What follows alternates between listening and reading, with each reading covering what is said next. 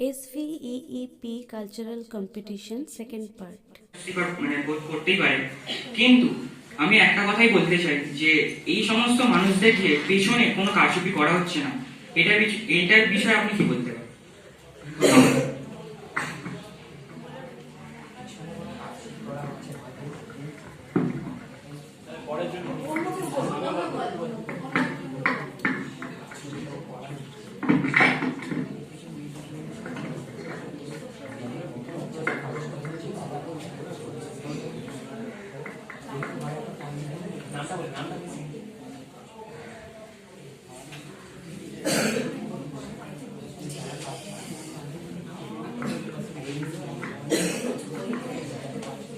নমস্কার, আমার নাম রূপসা ভাদুরী। আমার বিপক্ষ দল বলল যে ইভিএম মেশিনে কোনো কারচুপি করা হচ্ছে না, কিন্তু এক্ষেত্রে বলতে চাইছেন যে উনি ব্যালট পেপারের ক্ষেত্রে কারচুপি করা যায়। তো আমি বলবো যে ব্যালট পেপারের ক্ষেত্রে কারচুপি করা গেলেও সেটা ব্যালট পেপারের কোনো দোষ নয়, সেটা যে ব্যালট পেপারটা পরিচালনা করছেন তার এখানে কিছুমাত্র দোষ থাকতে পারে। এক্ষেত্রে দেখা যায় যে আমাদের ভারত বা বাংলাদেশ বা আমেরিকার কিছু অংশে ইভিএম মেশিন ব্যবহার করা হলেও বিভিন্ন ধরনের উন্নত দেশগুলো যে রয়েছে, যেমন জাপান বা অস্ট্রেলিয়া বা আরো উন্নত দেশগুলো, সেখানে ইভিএম মেশিনের তুলনায় ব্যালট পেপারটাকে বেশি গুরুত্ব দেওয়া হয় এবং সেখানে দেখা যায় যে যেখানে 20% থেকে 30% ইভিএম মেশিনে ব্যবহার করা হচ্ছে, সেখানে গোটা বিশ্বে প্রায় 80 to 90% ব্যালট পেপারের ব্যবহার করা হচ্ছে। এক্ষেত্রে উনি কি বলবেন যে এই ব্যবহারটা কেন ব্যালট পেপারের ক্ষেত্রে বেশি হচ্ছে? ব্যালট পেপারে কারচুপি করা হলে সেটা ব্যালট পেপারের দোষ নয়, কিন্তু ওনারই মতে ইভিএম এ কারচুপি করা হলে সেটা ইভিএম এর দোষ। ইভিএমটাকে কি অন্য মানুষ পরিচালনা করে করতে পারে না? করতে পারে না। আর তারপরে আপনি বলছেন যে এখন উন্নত দেশগুলিতে ব্যালট পেপার ব্যবহার করা হচ্ছে, ব্যালট বক্সে ভোট চলছে, কিন্তু ভারতবর্ষে বাংলাদেশে এখনো চলছে। আচ্ছা, বর্তমান বিশ্বটা যখন পুরোপুরি প্রযুক্তি নির্ভর, তখন নির্বাচনের মতো এত গুরুত্বপূর্ণ একটা বিষয় কেন প্রযুক্তি ব্যবহার করা হবে না? আপনারা কিছু বলবেন?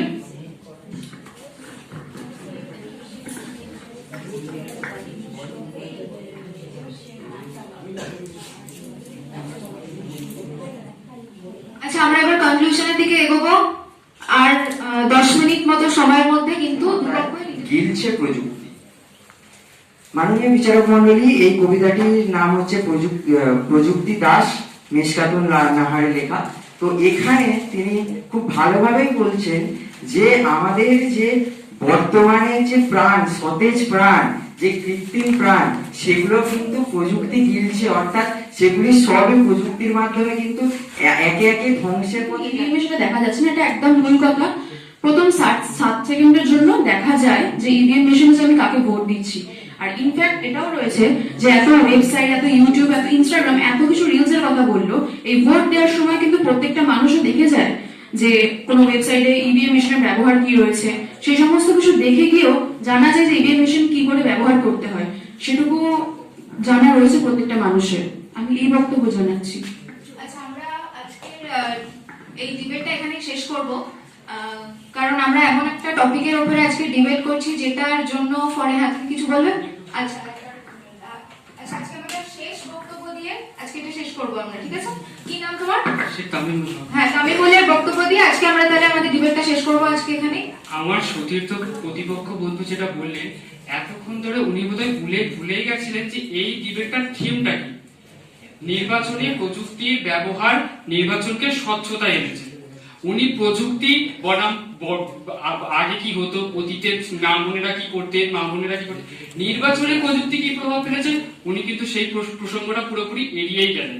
তারপর উনি সোশ্যাল মিডিয়ার শুধু খারাপ দিকগুলো নিয়েই বলে গেলেন। আচ্ছা, ইউটিউবে কি আপনি কোনো প্রার্থীর সম্বন্ধে কোনো তথ্য পান না? আপনি কি ইউটিউবে এখন যেসব বিকৃত খবর চালাচ্ছে, ইউটিউবে সেই ভালো ভালো তথ্যগুলো পান না? আপনি কি রিলসে আপনার ভোটিং প্রক্রিয়া সম্বন্ধে জানতে পারে না? এই তো, আমি তো এখনো ভোট দেয়নি, আমি কিভাবে জানলাম যে ভোটিং এ ইভিএম মেশিন ব্যবহার করা হয় বা কিভাবে ভিভিপ্যাটে আমাদের একটা চিরকুট দেখায়? এগুলোই তো আমরা ইনস্টাগ্রাম, রিলসে, টিকটকে সবটাতে দেখেছি। আপনি কি এগুলোকে অস্বীকার করবেন? শুধু খারাপ কটা বলে দিলেই তো সবকিছু হয় না। প্রত্যেকটা জিনিসের খারাপ ঠিক আছে, কিন্তু নির্বাচনে কি প্রভাব ফেলেছে সেটা বলুন। নির্বাচনে ইনস্টাগ্রাম কি প্রভাব ফেলেছে সেটা বলুন। Thank you.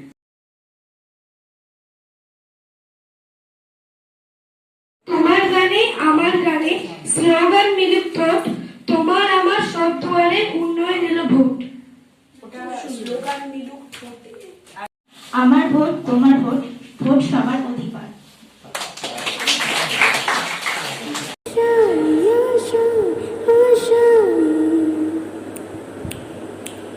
कुछ पाने की हो आसास, कोई अरमा हो जो खास खास, आशाएं आशाएं आशाएं, हर कोशिश में हो वार वार, कर दरियाओं को आर पार, आशाएं आशाएं आशाएं,